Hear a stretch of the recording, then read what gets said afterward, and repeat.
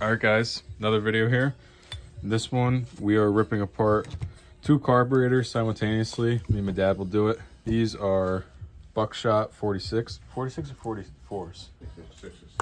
One of them. 44s or 46s. We can measure them, I guess. But and then these are stock SXR 800 carbs. I think those were 38s or something that came on this boat. Or these were the 40s, the 40i or whatever they were back then. But we're gonna rip these apart and just do a simple little clean, and we'll probably throw some O-rings in on the needle and seats. I went on McMaster and bought these. I bought a bunch of them since we have a bunch of different skis, but if you want, those are them for the bottom of the needle and seat, so it'll make it run better. But yeah, we're gonna get into it and rip these apart really quick. All right, so I'm in the middle of ripping apart the stock 2010s. My dad just opened up his buckshots, and if you look, there's a bunch of stuff in there. It almost looks like water, to be honest, and it's separate on top. Again, this one is stuff floating too. There's that tray. There's a little tray down there. Oh.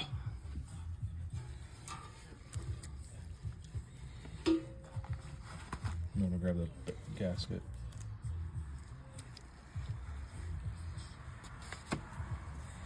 I can't feel anything with gloves on.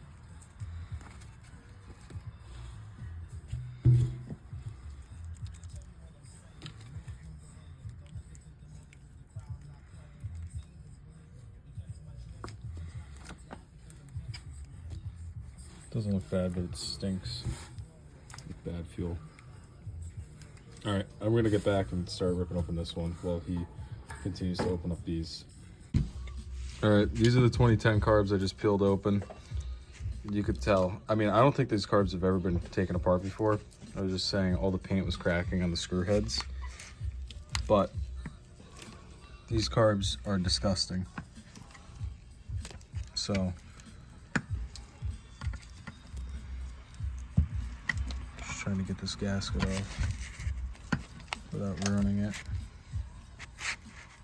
The fuel was definitely clean running through it.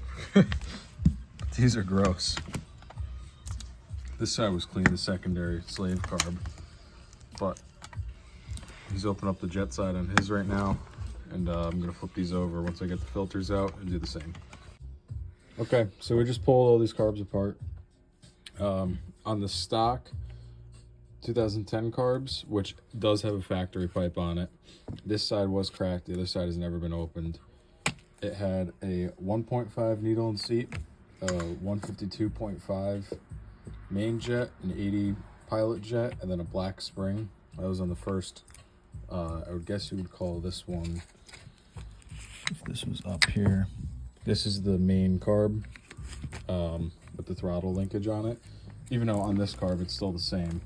You got a 1.5 needle seat, 152.5 main jet, and then I wrote 80 with a question mark because whoever put those jets in there didn't use a genuine Mikuni, but to the naked eye when we were looking at it, it looked like an 80. And then a black spring.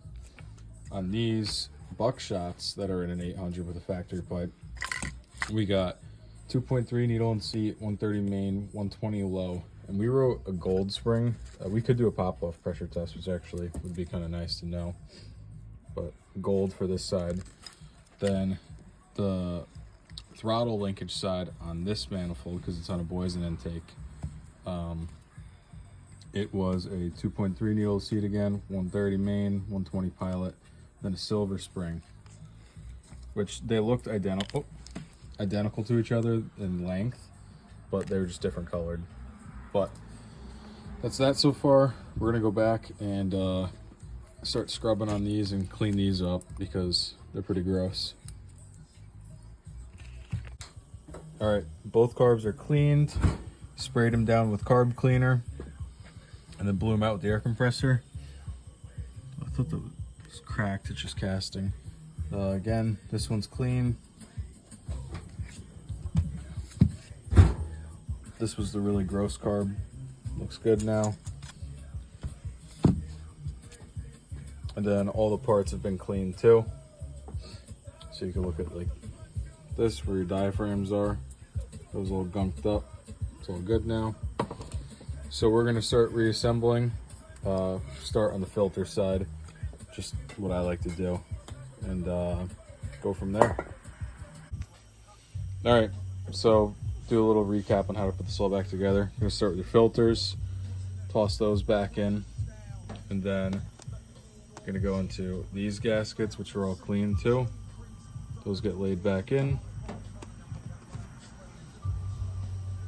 And then on stock carbs, they only have one channel with the fuel diagram or the diaphragms on them. So that gets dropped on like that. Oh wait, I lied. On this one that has the little diaphragms, gets this little thin gasket, then this gets dropped on like that. And then here, you'll put your O-ring back down, and then your pulse plate will go back on here. And all of these, if you look, have a little square at the top, and that'll all line up with each individual plate like this too. And that's how you know if you're going in the right direction with everything. So from there, this side gets long bolts with a washer that can fall off, so make sure you have them.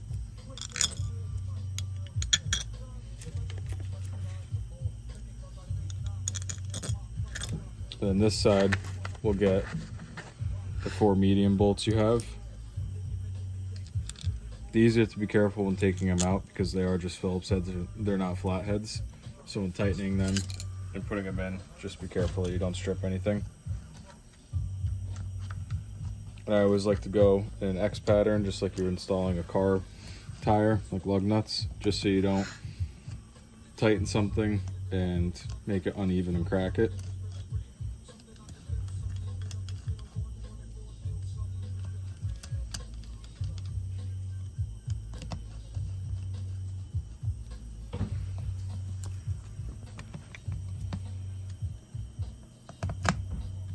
And then when tightening these, they don't need to be wicked tight. You can kind of just give them a little twist to it, not even a quarter turn, just until they stop. Same thing with these, just until they bottom out, nothing crazy. You want to be able to get these apart again. We've had struggled in the past. And then with this side, you're just going to make sure that all your main jets line up with what you wrote down. So, because with us, we have 2 different carbs opened up. So you got 2 152s, 0.5. They'll drop back into the main jet spot. And then for the pilots, the one that was labeled 80 was in this carb. The other one that we have no idea was in this one, which we assume is an 80. Same thing, these are brass. So do not over tighten these. You can break the jets itself. So just go until they bottom out. Don't even give them anything extra.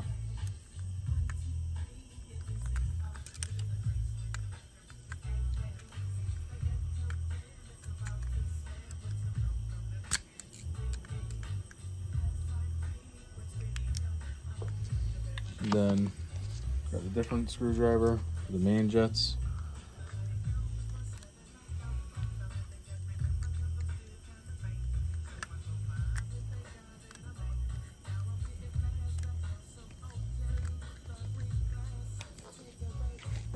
Then you'll drop this in with a gasket. Nice. Yeah, with these two, just so you guys know, I've pointed out in the past. Of course, you can't even see it on that one or that one. Right here, there's a little dot right at the tip of the screwdriver. That means it's a Japanese industry screw. So this is a JSPH 2. It's all worn out. It's 100. But this is a Japanese industry screwdriver. It is the correct screwdriver for these, even though they look like Phillips heads, they are not. So make sure you use the right screwdriver. And every screw on this carburetor, even the exterior ones, they're painted over, but there's a tiny little dot right here that shows that they are. So again, same thing going here. Don't over tighten these. Spin them even. And then the gasket will crush.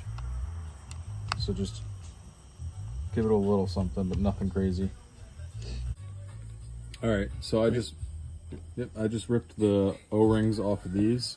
So again, like I said earlier with the bag from McMaster, all I'm gonna do is just spray a little bit of fogging oil, I guess into the carburetor, get it on the O-ring so it's lubed up, and then gently slide it over this. Don't stretch it, and then you got a new O-ring on there. All you do is drop it in and smush it.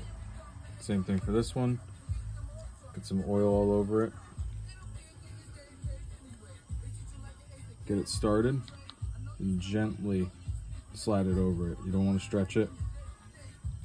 Make sure it's sitting flat.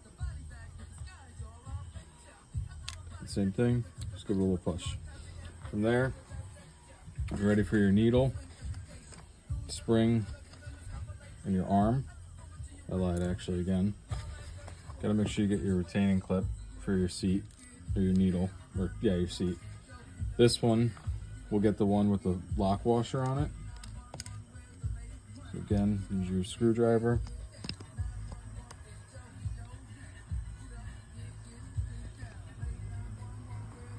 Don't go crazy. It has a lock washer, you'll feel it bottom out. Then up here, what I like to do is, you're not filming anything. Drop your spring in, and then you'll take your needle, slide it over this arm, drop your needle in, set that right onto your spring for now. Then I'll get my screw, get it started, and then I'll compress the spring with my finger.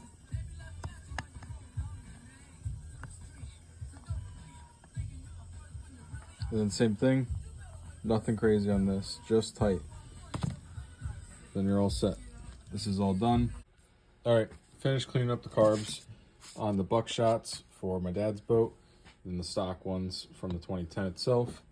We did a pop-off pressure test on these, found out that this carb had an 18 PSI pop-off, whereas this one, which is a non-throttle body, had 24, 25 pop-off. So the springs were different, like we said. This one had a gold. I think this one had a silverish black looking one. So we're gonna take apart my uncle's carbs at some point and get the pop-off off of those and set these directly to that, since both boats are built the same. But while we were here, we decided to put new O-rings on the reeds for the Boysen intake, and then also for the speed plate too. Put new reeds on it, or new O-rings. That way we know that we have all brand new seals, since this intake is probably, what, 10 years old, 15 years old now. Somewhere around there. So it's all cleaned. We also realized that they had stainless bolts in there from Boysen itself. Non-stainless. Yeah, steel bolts. So we went out and bought stainless steel ones, and they had copper washers on it, so we're gonna leave that. Not really sure why, but I guess now we have copper crush washers. So we went out and, like I said, bought 4 new stainless ones, which were, I think, 1032 by 3/4. So that's it for this one. We're gonna bolt this back on the motor and keep this build going.